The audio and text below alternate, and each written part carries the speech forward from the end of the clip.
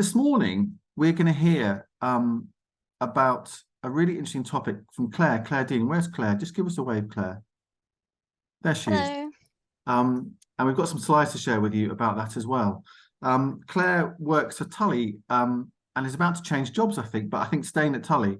But is a really interesting, got a really interesting take on how museums cope, deal with, think about, work with stuff that basically is in the storerooms. I'm praising madly there. That's the ambition of the call this morning. So it's really nice. There's one or two people here from the archives. I know Robert works at Cumbria Archives. We're going to delve into that world, which again is something that I know very little about, and I'm really interested to see what Claire's got to say. So Claire, I'll get your slides up, and if you'd like to introduce yourself, the floor is yours. Thank you. I should just say that when I came in, so I'm in the office at Tullie, and when I came in this morning, it was completely quiet because we've got an exhibition opening tomorrow, so everyone was working very late last night. But now about 6 window cleaners have just piled through the room. So I'm going to try my best, and hopefully that they're being quiet. But so Claire, I was on a Zoom call a few days ago, and I think 5 pets arrived. This is a call of about 25 people, and 5 pets arrived in different times. So if a window cleaner pops their head through, say it with a big long spongy thing, it's fine. It's fine. Thank you. So like Tom said, my name's Claire Dean. I work at Tullie at the moment, which is formerly Tullie House, and before that, a long time ago, Carlisle Museum and Art Gallery. And as Tom said, I am actually about to change roles. I'll be working at Cumbria Archives for a year, from the week after next. But as part of my work on this project, Kate and Tom invited me to talk about the work we've been doing at Tullie on this project, which is called De-tabooing disposals in regional museums. So are we able to, are the slides up, Tom? I can't see, sorry. They will be very soon. They're on their way. Thank you. Okay. There we go. Yeah, so basically, I'll do a little intro. There we go. Thank you. I'll do a little intro to Tullie just in case and not assume that everybody on the call has been here. We're a museum founded in 1893 in Carlisle, England's most northerly city, and our collections very much reflect where we are. So we've got extensive archaeology collections, we are on the site of a Roman fort ourselves. And we also have Tullie House is a 17th century building. We have the Victorian extensions to the building and a 1990s extension. And we also have social history collections, natural science collections, fine and decorative arts, and costume. Can we go on to the next slide, please, Tom? So, and the next one, because I've just done that. Thank you. So this project is funded by the John Ellerman Foundation, and it's housed across both Tullie and Lakeland Arts. Lakeland Arts will be recruiting a position similar to mine for the 2nd year of the project. We started in January this year, and it's due to finish in January 2025. And it's based in Tullie's social history and costume collections. There you can see some of our lovely mangles, of which we have many. And this is part of the problem and part of the rationale for the project. So if we could go on to the next slide, please. So there's a lot of stuff in the press at the moment around museums, museum stores, etc. It's a subject that actually doesn't normally get that much attention, or perhaps people don't always know that much about. So it's interesting that people are increasingly asking questions and wanting to know about what's in a store in a museum and how much of a collection is in a store. So at Tullie, we have circa 1 million objects. We do not have space to show all of those objects. And some stats here on this screen just explain that actually this is a UK-wide problem. I assume probably actually a worldwide problem. What happened, there was a real build-up of collecting in museums in the 1980s and 1990s, and basically we've run out of room. So what that means for a lot of museums, if the shelves are completely full, it means we can't keep collecting and keep taking new collections in. And that's very much part of our remit. We don't want to just stand still. We want to take contemporary objects as well.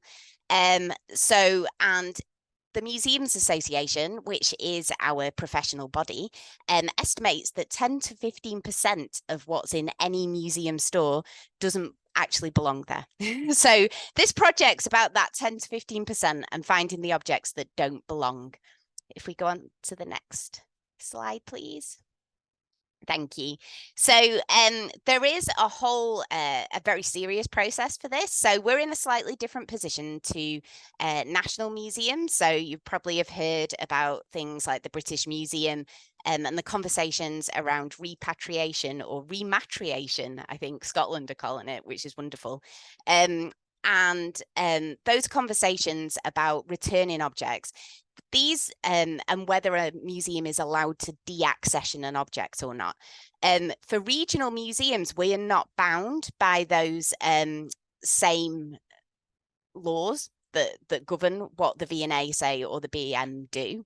But we do have to make sure that we're abiding by an ethical code. For this particular project, it's not about repatriating objects. It's about finding new homes for objects that don't really belong here. And these are objects that will have come from around the UK. And so we worked with the Museums Association and helped test their new ethical toolkit. So basically, a disposals process in a museum should never be financially motivated. It should be curatorially motivated. So there's a lot of checks in place to make sure that that's what's happening. And if anyone's interested, I'll put all the links into the chat in the end, or I'm happy to share these slides as well. But the Museums Association, as I say, has this excellent new toolkit which helps museums through the process. Next slide, please, Tom. So whenever I say the word disposal, you see this kind of look of horror on people's faces if you say it in a sentence together with the word museum. Disposal doesn't mean throwing things away. In museums, we have a lot of terminology that is museum specific, and we forget that people outside museums may have other associations with those words. So in a museum, we accession objects when they come to us, when we take legal title of them, and we deaccession them. We call that process disposal. So any objects that are going to be leaving the museum, we've got a no landfill aim. So we're not throwing things away, and that goes for absolutely everything. We're desperate to find ways to reuse things, even if that's recycling, where things are really deteriorated, trying to find ways to make use of these objects so they can have more of a life. And we're really looking to make links with local sustainability organisations and groups. So some of the objects will go into use by our learning and communities teams, but actually we'd really like to, you know, for example, get sewing machines. We've got, you know, 20 odd sewing machines, and some of them are in perfect working condition, and they would be better serving the community if they were in use in a makerspace or in an arts group than just staying on our shelves. And especially, so these are duplicate objects. So where we've got one and we've got good provenance and a good story, that's the one we're going to display. So objects that have no data and never going to get displayed, we want to find better places for them to be. And what this will help us do is improve the collections care for all the objects that actually belong at Tullie. Next slide, please, Tom.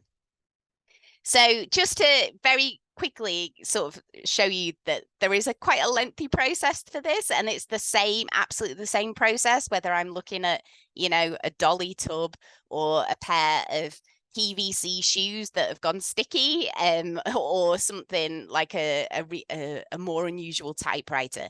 So we, as a project team, We've been setting review priorities. So basically, to start off, because we've got a lot of stores, we've got a lot of objects. So I'm looking for objects that are more than half a shelf, that are taking up more than half a shelf. That's my first goal. And then I do some detective work. So basically, my job has been to research and find out what these objects are, how they've ended up in the museum. If everything goes perfectly in a museum, when something comes in, it gets its accession number, it's written on the object, and then we can track it for the entirety of its life. But things don't always go smoothly and perfectly, and objects, you know, can have labels tied to them, the labels fall off, they lose their data. And we've got a lot of different systems. So as well as our digital catalogue, we've got all our old index cards, we've got all our accession registers. So everything that comes in, it still gets written in a big accession register by hand. That's still the process we do. So we've got a lot of different sources of information that I have to research. And then I put forward objects to a collections development panel, which is made up of our curatorial team, our marketing team, our learning team, and we all make decisions around which objects we'd like to continue putting through the disposals process. And then those are reviewed by our senior leadership team. And then there's a kind of back and forward. And then the objects go to Cumberland Council because ultimately they own the objects on behalf of the public. And we can only dispose of an object once we've got sign off from them. And that's the point where we're going to find new homes. Obviously, with the reorganisation of the councils, that final bit of the process has kind of been a bit slower than we were hoping. But we've now got that in place, which is why we're kind of getting to the point where we're looking for new homes for things. Next slide, please, Tom. Okay, so some of the kind of objects I'm talking about, to give you an idea, we're talking about a lot of mass-produced 20th century and late 19th century objects where we have loads of them. We have so many typewriters and they're beautiful. I love them, but there isn't room for us to keep them all. So things like typewriters, I've already been using them actually with our arts explorers, our Tullie's young people 12 to 15 group. You know, these are things you can replace the ribbon and they're still in working order and they can be put to use making typewriter art or in education sessions, or again, we're hopeful that some of them will go to local arts groups. Suitcases, we have lots of them. And again, this is the kind of thing, this particular one's going to our learning team, and they're going to use it when they're doing workshops out of the museum to kind of add an element of staging to the proceedings rather than taking out, you know, the really useful box. And the one at the bottom there is a penknife, which was found in a pocket of a costume. So this is the other part of the project. As well as looking for those larger objects and mass-produced duplicates, I'm looking for objects that are severely deteriorating and causing damage to the collections. So this is fake ivory. It's cellulose acetate. That's one of the earlier plastics. And as it degrades over time, it's literally turning to acid. And that's corroding the metal that you can see there. And it's giving off, it's off-gassing, is how we refer to it. And if that's not kept in isolation, it can cause damage to other organics in the collection as well as metals. So it's things like that. So that particular object will go to Glasgow University. They have conservation courses there, and they tend to take a lot of our problem plastic. So like our really sticky PVC shoes and things like that. Next slide, please, Tom. And then we have a lot of objects that we just wouldn't accession into the museum today. So on our website, you'll find all the information about our collections development policy and the kind of objects we accept into the museum. And we deal with a lot of inquiries about this. And in the past, it was more a case of we took whatever we were offered, it seems. And sometimes that can be strange things, like at the bottom there's this rusty metal canister, which was found washed up on the Solway beach. I actually didn't know what it was until I gave a presentation the other day to our volunteers, and one of them told me it's a TVO canister. So you can see the trail of paperwork of past curators going, is it a milk churn? No, it doesn't look like a milk churn. And he said, yeah, it was for filling tractors with oil. But regardless, it's in absolutely terrible condition. It clearly spent a lot of time in the sea. It's got no data, and it's never going to be displayed or used for research, which is the other use of objects in the museum. So we're going to try and find a new home for that. I don't know where that will be, but this is the kind of creative work that we want to be doing on how we can dispose of things creatively. And then this box of Hoover attachments I've put in on the slide. I don't know if you'll be able to read it. An excerpt from our accession register. So this is the kind of information we collect. This came in 1981, which was the year I was born. And it's basically a box of attachments found in the museum garage. We don't have the Hoover for them, so somebody just decided to accession them. This has happened a lot. So we've got electric fires, fire extinguishers, old computers. It's like if anything stays still long enough in a museum, it will be accessioned, is what this project has taught me. Next slide, please, Tom. And then through this process, I am able to find a lot of treasures that have actually been hidden away in the stores. So when you've got so many objects, it's very easy, and especially as staff come and go over time and sort of that curatorial knowledge is lost, it's easy for us to kind of lose track of the things that we've got, the actual treasures. And I wrote a blog post about the objects here recently, but just to mention in the corner there, we thought that was just a ladder that just belonged to the store. And it turned out that it does have a label, but it's 9 meters high, so we can't get to it. And it was actually through trawling through the paperwork. I found it's a signal box ladder. It came from the site of the Quintons Hill rail disaster in 1915, which is sort of one of the largest rail disasters that has ever happened in the UK. And from the accession register, we can see it then had a later life. It was it belonged to a family, and they used it as a treehouse ladder before it then eventually made its way to the museum and ended up in a corner. And then we've got other objects there, a prosthetic arm from a railway worker, Joseph William Elliott. He lost his arm in a railway accident. It's got Crew Works engraved into the elbow joint. And when I started doing some research on that, I found that as well as making the engines, they actually had a prosthetic limb workshop because so many of their workers were losing limbs in workplace accidents. And this was 1909, no NHS.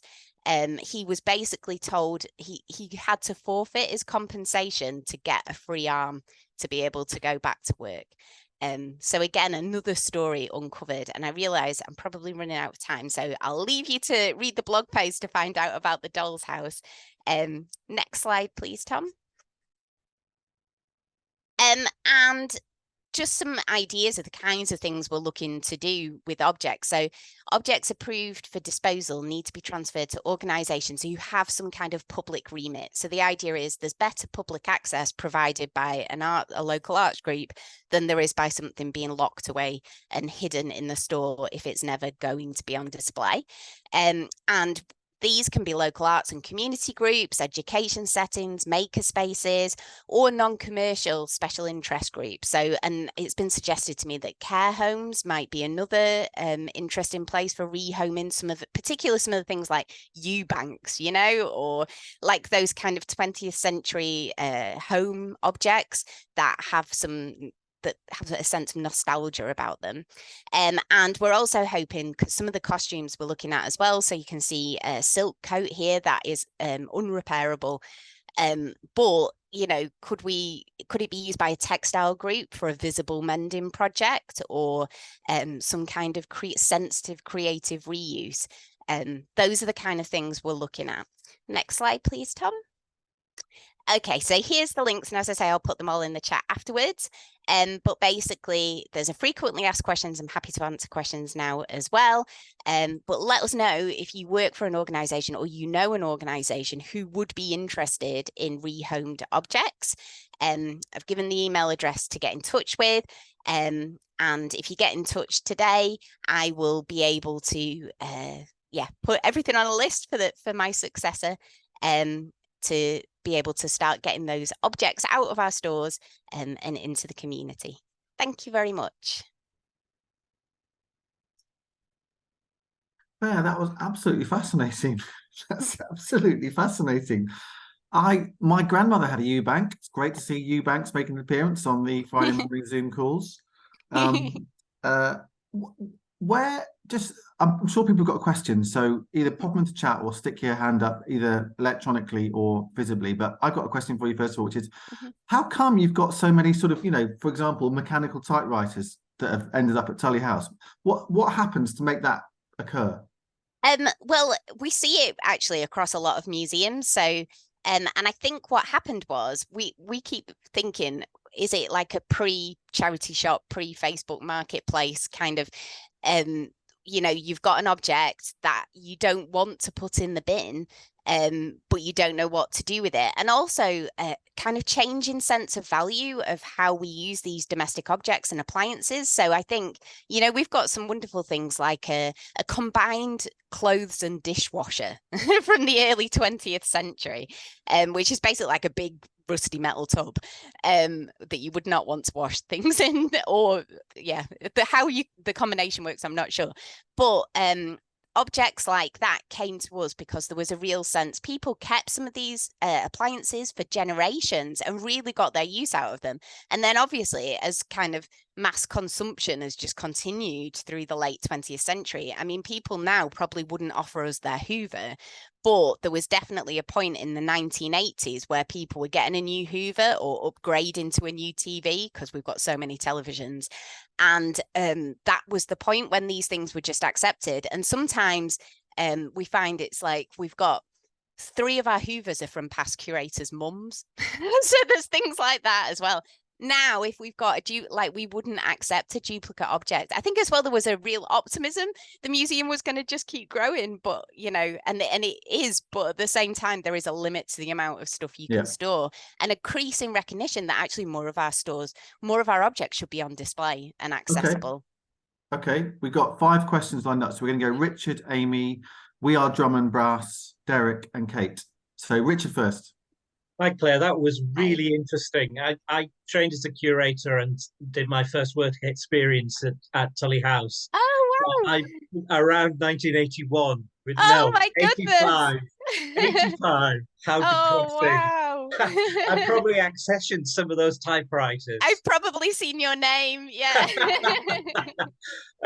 My question was about donors and donor families, because sometimes, I mean, a lot of donations are almost like memorials to the original owners. Yes. Are they included in that conversation about disposal? It's a really good subject. Yeah. It's like a taboo subject that you're really, kind of dipping into, but how do they feature? Yeah, absolutely. That's a really important question. And I think that is, part of the project, the whole de-tabooing thing this is a thing that has to happen in museums. So we need to talk about it, because it would be worse if we just did it kind of secretly, if we didn't talk about it. So that's why we're trying to be as public as possible. The Museums Association recommends that you contact donors if the item was donated within the last 10 years. And that isn't the case for any of the objects we're looking at.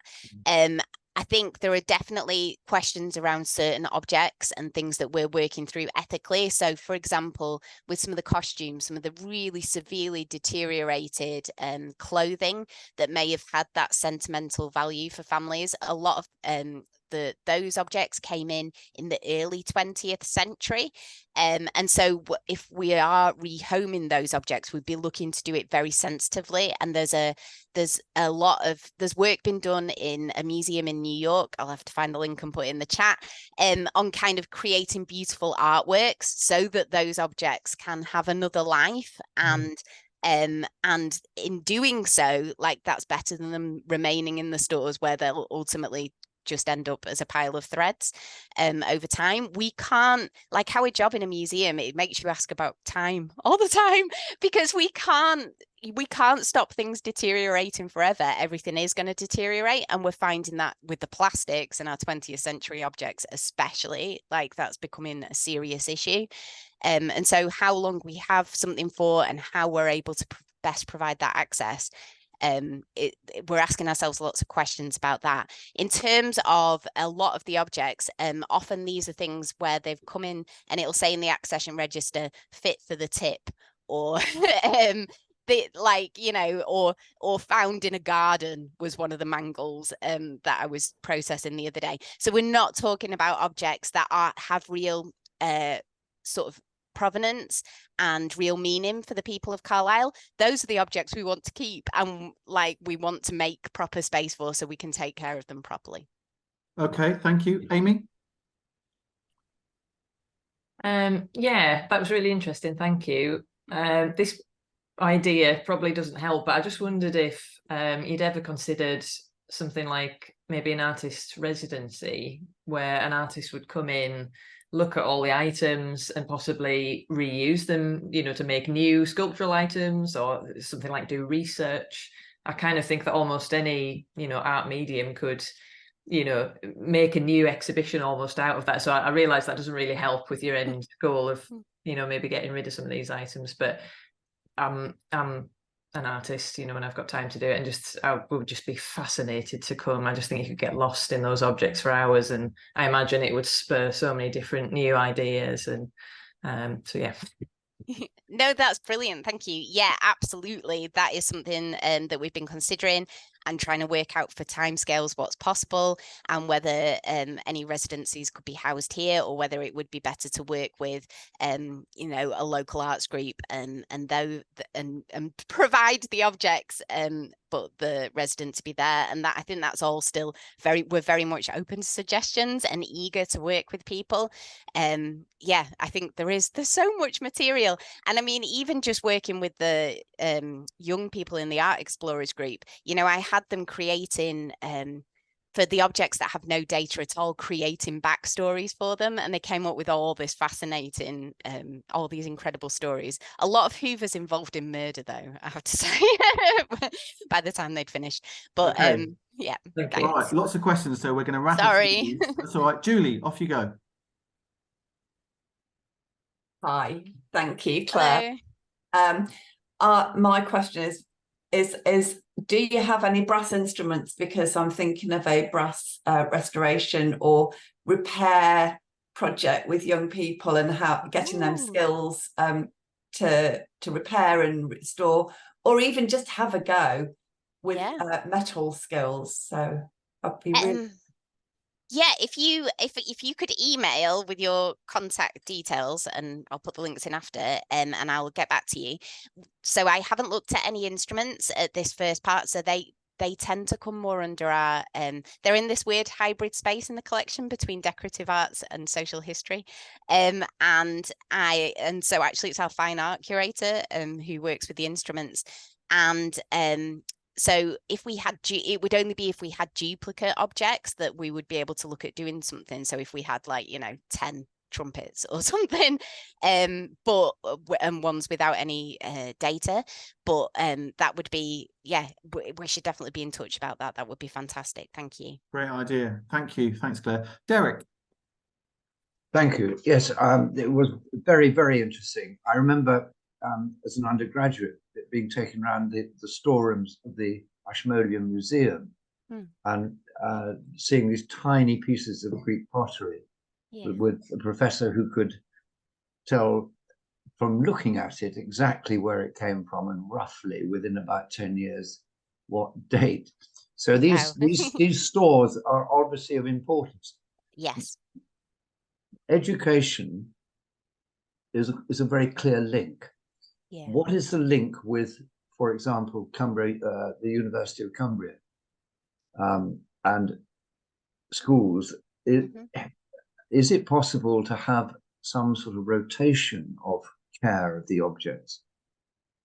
Yeah, I think definitely sort of local schools and the university are definitely on our list of places where we would like objects to go, you know, and if schools could have their own handling collections effectively of objects, that would work really well.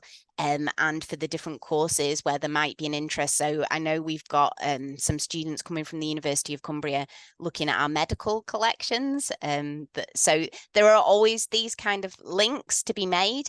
I think going forward, unfortunately, because of the way project funding works and because this is a time limited project, whether Tullie would be able to facilitate a continuing rotation would probably be a question.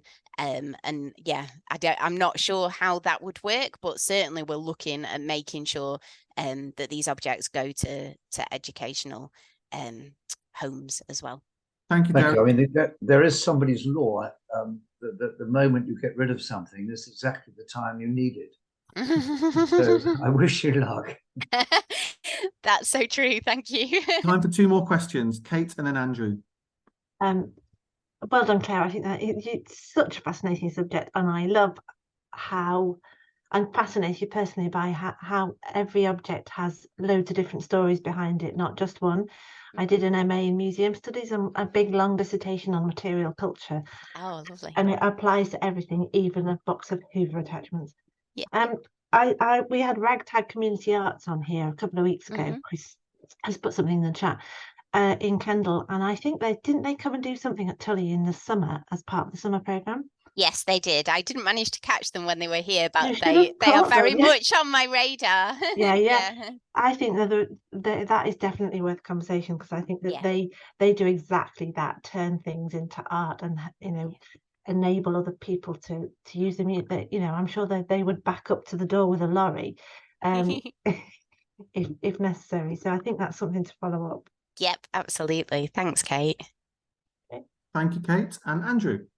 Yeah, it's not quite a question, but it could be. I want to support Amy's suggestion about working with artists more. I felt this for years, that curators and museum collections and artists are a perfect match, because we're literate hoarders. And we did a project in Barrow in the summer where we took over a shop space for a week. And we took some of the collection from the local museum and we added to that collections from 4 artists. The distinctions were not made in particular. And we called it the People's Museum. We had 1,800 people through the door in a week. And it was a huge number of questions about so many things. It'd be good to talk to people like you about. We're talking to Charlotte in Dot Museum, but it'd be good to talk to your curators about the relationship between the museums. It was artwork, it was an installation in our minds. We didn't use those terms.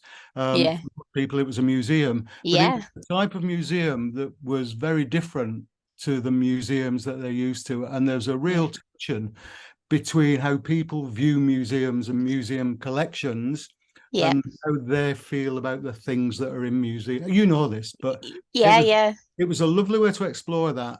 And having done it and having all these people through the door, it's something that has really got legs if we could find ways to do it. And I don't know if you've been up to Cumbria in Scotland. There's they call it Cumbria Museum. It's run by some men who collect anything. And it was a really good model of a thing that isn't really a museum, but is really socially useful. Keep going at it. But I think the relationship between artists and museums is one that is so undervalued and so underused. I'm pleading with you to do that a bit more. But that was fascinating presentation. Thanks. Oh, thank you. No, that's absolutely, I couldn't agree more with everything you said, and that sounds like an absolutely amazing project. So I will be making sure that all of this is written into my handover notes and so that this project can work like that with artists.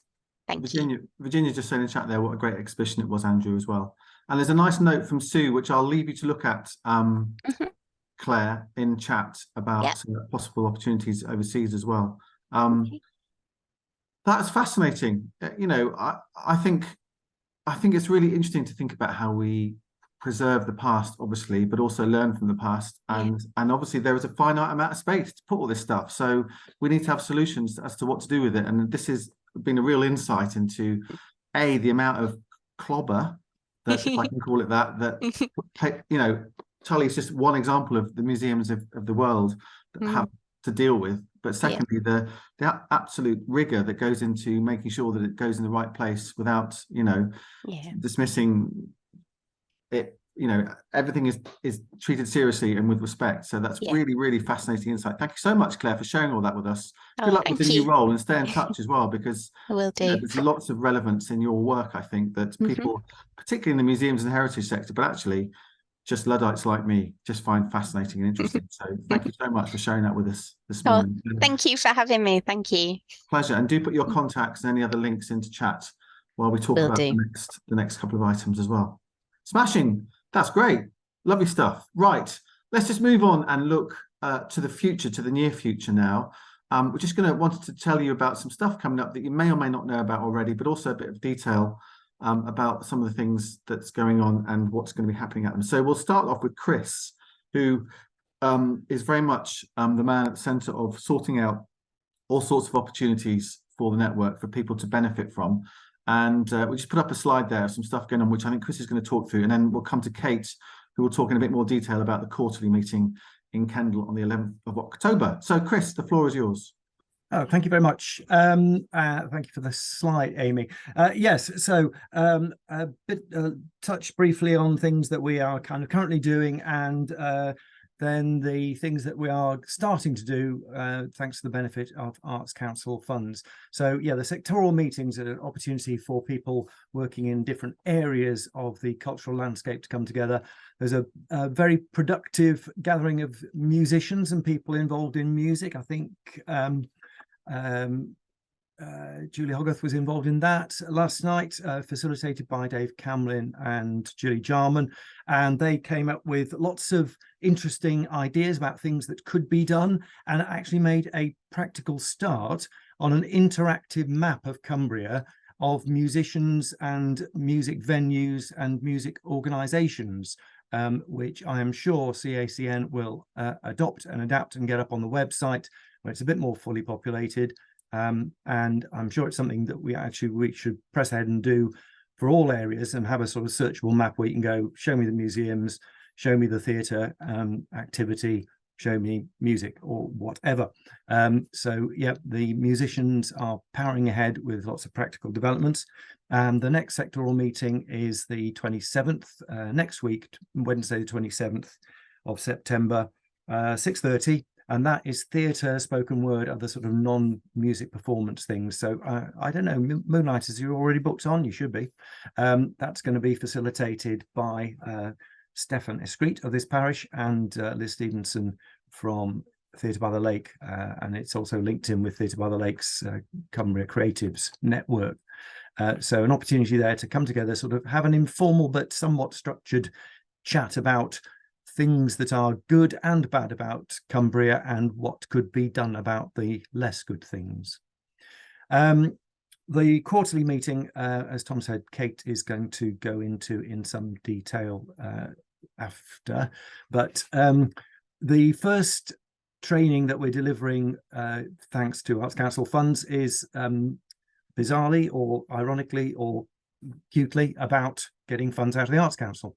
Ian Tabron, who was an senior Arts Council officer for 20 years, is now an independent consultant, but very much clued into Arts Council's ways of thinking and operating. And he's going to be delivering a couple of workshops about how you write an effective bid to the Arts Council to get project money out of them. The first one's going to be in Barrow on Tuesday, the 17th of October, followed by one up in Carlisle at Tullie on the 18th. He will also be back at the back end of January to deliver another one in Kendal.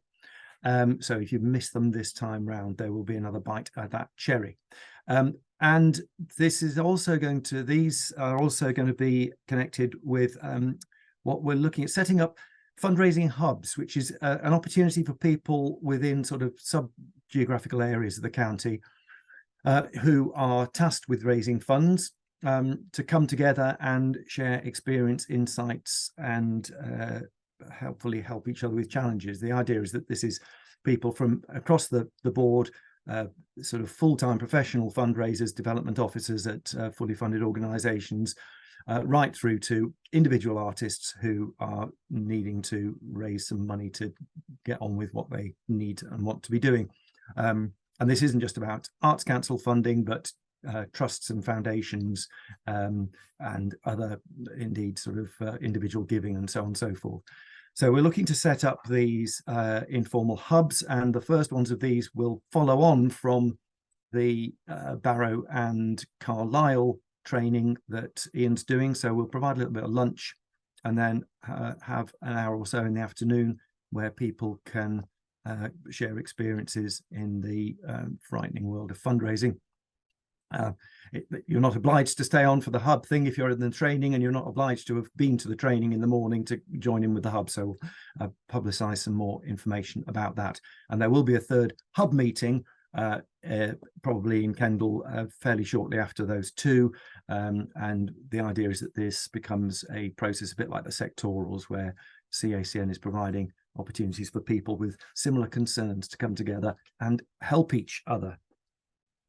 Then there is the next training opportunity, in contrast, is about creative responses to the climate challenges. Rob and Harriet Fraser, who many of us will know or know of through these calls, who operate as the artistic enterprise Somewhere Nowhere, which is very much focused on the environment, the natural environment and responses to it. So they'll be delivering an online training session on the 22nd of November, which is a Wednesday, early evening, 6:30. And that is looking at what role do we in the cultural and heritage sector, what do we play, what role do we play in response to environmental challenges? So it's thinking about raising awareness among the public, ways of reflection, developing practices to improve understanding and impact on the climate crisis. Should be really fascinating. That is, as I say, online. There is a fee, a modest fee attached to attending, but you need to book that through Eventbrite, which will be available, if it's not already, very soon will be available through the CACN website. Still being planned and created, there will be some training on live training about co-creation with communities. As you probably clocked, that is the theme of the quarterly meeting that Kate's going to be talking about further shortly. So this training will lead on very nicely from that. It will be obviously, very practical look at approaches to working with communities to create things. I'm just weighing up options about who is going to be delivering that and where, but details will be up shortly. The other CACN, another CACN strand is mentoring. We're just coming to the end of the first round of mentoring that started about 6 months ago. Going to be reviewing that. There's been some fantastically positive outcomes from that, and some learning ways that we might tweak and improve the next time around. But there'll be another iteration of a mentoring scheme starting fairly soon this autumn. Keep an eye open for information about that. How are we doing for time? Can I take that, Chris? Anything else? This isn't relating really to CACN and training, but shall I just have I got a minute to an addendum? I attended an online meeting this week, sort of on behalf of CACN, with an outfit called Thinking Place, which has been commissioned by Cumberland Council to do placemaking. I'm not sure that anybody makes places, they kind of emerge, but I think really it's about kind of creating an identity and a brand, almost, if you like, for Cumberland. So this outfit, Thinking Place, are very experienced in this sort of place-focused activity. So they've been commissioned to do a lot of research and then come up with a kind of a vision for what is Cumberland, how can it be improved, how does it kind of sell itself to the world. So as I say, there was one this week that was particularly looking at the cultural sector, but they've got kind of public consultations going on. And can I share the screen? Is that easy? If not, I'll just pop it in the chat. They've got some free public consultations coming up next Wednesday, the 27th at 12 noon and 5:30, and Tuesday, the 3rd of October, 8:30 and 5:30. It's an opportunity for you to kind of talk about how you perceive Cumbria, Cumberland, sorry, West Cumbria, Okay. and feed into that process. Thank you, Chris. Julie, if Julie wants to talk to someone about the music map, who should she talk to? Well, me in the first instance. I'll probably kind of link her in with Dave Camlin and Julie, who are setting Lovely, that up. fine. And Derek, you would be allowed to join the spoken word and theatre group as long as you behave yourself. All right. What are the chances of that happening? As ever, exactly, yeah. Right, thank you very much indeed, Chris. Lots and lots going on, and all the links for the ones that exist already, Amy has kindly put into chat. Right, let's go to October the 11th and the brewery in Kendal. Kate is our chair, and this is a great opportunity to actually see each other in face to face, in 3 dimensions, and work out how tall everybody actually really is in real life. Kate, what's it all about? Yeah, 11th of October. It starts at 9:30, at least that's what time we're mustering for a 10 o'clock start. It's all about co-creation. What is co-creation? What does that mean? Why does it matter? How do we do it?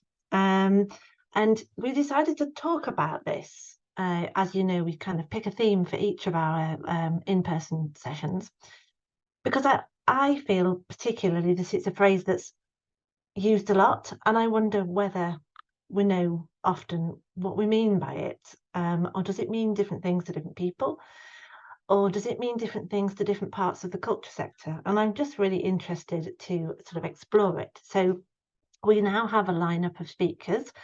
This is largely Tom's work. He is behind the sort of curation of these days.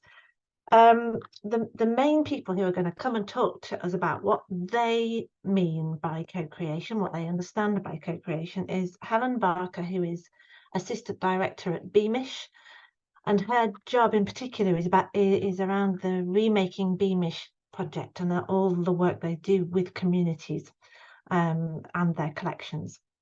Also Kieran Sheehan, who is one of the co-directors of We Are Here, the West Cumbria Cultural People and Places project, which is all about co-creation, and they have a very particular approach to sort of democratizing the process of creating culture. And also Alexis Johnson, who on Stefan's recommendation is going to give us her take on it too. She is an artist and producer who's worked all over the world doing exactly this. So those are the sort of keynote speakers who we'll hear from. There'll also be a panel chaired by Stefan of people who are busy doing this kind of thing in Cumbria, and among them will be Mahogany Opera, based at Rose Hill. So I think it's Bridget, but it could be, can't remember the person. Freddie, I think his name is. Right. From Mahogany Opera, who they appear on these calls from time to time, and we think they're marvellous. Helen Stalker, who's the head of curatorial at Lakeland Arts. Melanie Brierley, who is an academic and a dancer and has done a lot of work on this subject as well in the communities, and Simon McElligott, who is from the Knotted Project, who some of you will also know. So yeah, there's possibly more work to do to finish shaping the lineup, but we are basically there with it. There's already 61 people booked on to come to the brewery on the 11th of October. There is space for more, but we will eventually close it because we don't want to be too many people for us to successfully manage the day. So please don't delay if you are intending to come, and the link is there, as you'll see. Can't believe you haven't mentioned the free lunch. Yes, I haven't finished yet, that's why. Nothing like stealing a girl's thunder, is there? There's also a free lunch, which it's going to come all the way from Cockermouth because unfortunately the brewery don't do lunches on a Wednesday, but that's fine. It's coming from the coffee kitchen in Cockermouth, and many of you will know how marvellous that is. So yeah, please do come and see us. The main thing about these occasions is it's just a chance to chat and to get to know each other and to have those conversations that can lead to all kinds of spin-offs and collaborations, and they do every single time. So that's a good reason. I also wanted to say, if transport is a problem for you, please, get in touch with us at hello@cacn.co.uk. I mean, we can't guarantee to fix you up, but we would, there are people coming from different parts of the county. Let's be sensible and share cars if we can. I will be travelling from Cockermouth and will have space, for example. The other thing I wanted to say before I head off is that I'm on my way to Whitehaven straight after this to the Arts and Culture Discovery Day that is being run by Cumberland Council at the United Reformed Church all day today. Helping Hands, which is a project that I run in my day job about breaking down barriers to volunteering. We're going to be there along with 18, 19, 20 different cultural organisations from this neck of the woods. And it's really a day to introduce people to all the different routes into the culture sector, whether that's volunteering or paid employment. But more importantly, there is cake and food. So if you're in the Whitehaven area and fancy a trip out, come and see us at the United Reformed Church today. That's me. Thank you, Kate. Lovely stuff. Has anybody got any questions about any of that stuff from either Chris or from Kate? Anything you want to know? No? Okay. Well, I shall be at the quarterly for sure, making sure that the television screen works and that the sandwiches are buttered on the right side of the bread. So it'd be great to see, hopefully, some of you there, and promises to be a good day. But all the other stuff, all the sectoral meetups and the training also looks very exciting. Just to look ahead to next week, this is a beautiful book of poetry. Hopefully, is that back to front, or can you read that?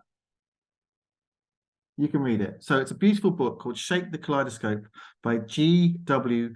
Colquito, who happens to be one of the people on this call, George. George, say hello.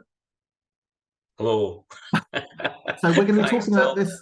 George and I and everyone else is going to have a look at this, delve into this next week. It's just a brand new collection that's coming out imminently, hot off the press. I've managed to get hold of a copy, and we'll hear from George about this, and hopefully George might read a couple of poems from it as well. Just give us a little tease ahead, George. Give us 30 seconds. Why should we come next week? Oh, right. But, well, dear knows why, Tom, but yeah, it's about my life to some extent, but it's just about, I don't know if in childhood you used to have these kaleidoscopes you could shake and look into. Does anyone still do that now? You thought it was wonderful. And someone said, what does poetry mean to you? And I said, it's a bit like shaking the kaleidoscope when you're young. You capture moments in time and emotions, and you shake the kaleidoscope, and hopefully they're all in the book. Excellent. Well, I've dipped into it already. I was on the train, long train journey the other day, and it's got some wonderful stuff in there, really creatively written as well. So we'll delve into that a bit more deeply next week. And also, we're going to hear from Patricia Townsend, who I saw sneaked into last week's call. She's got an exhibition at Brantwood at the moment, all to do with, it's a visual exhibition, visual arts exhibition with a bit of animation as well, looking at tree roots, which is really fascinating because when that massive storm took place a couple of years ago, and Brantwood, the gardens at Brantwood really suffered, actually it created opportunities for artistic interpretation. So we're going to hear from Patricia next week about her exhibition, which is currently on at Brantwood as well. So that is the plan for next week. I'm off to see Carlisle United beat Derby County tomorrow at Brunton Park. I'm sure you've got even more exciting weekends than I have in store for you. I'm also hoping to go to the Round the Island Art Trail on Sunday, which Alison Critchlow spoke about last week. So looking forward to that too. No idea what the weather's going to do, but I think tomorrow's okay. Sunday it might rain. But anyway, it's going to be all right. Get your washing out tomorrow though. Nice to see you all. Thank you for coming. Hope you've enjoyed it.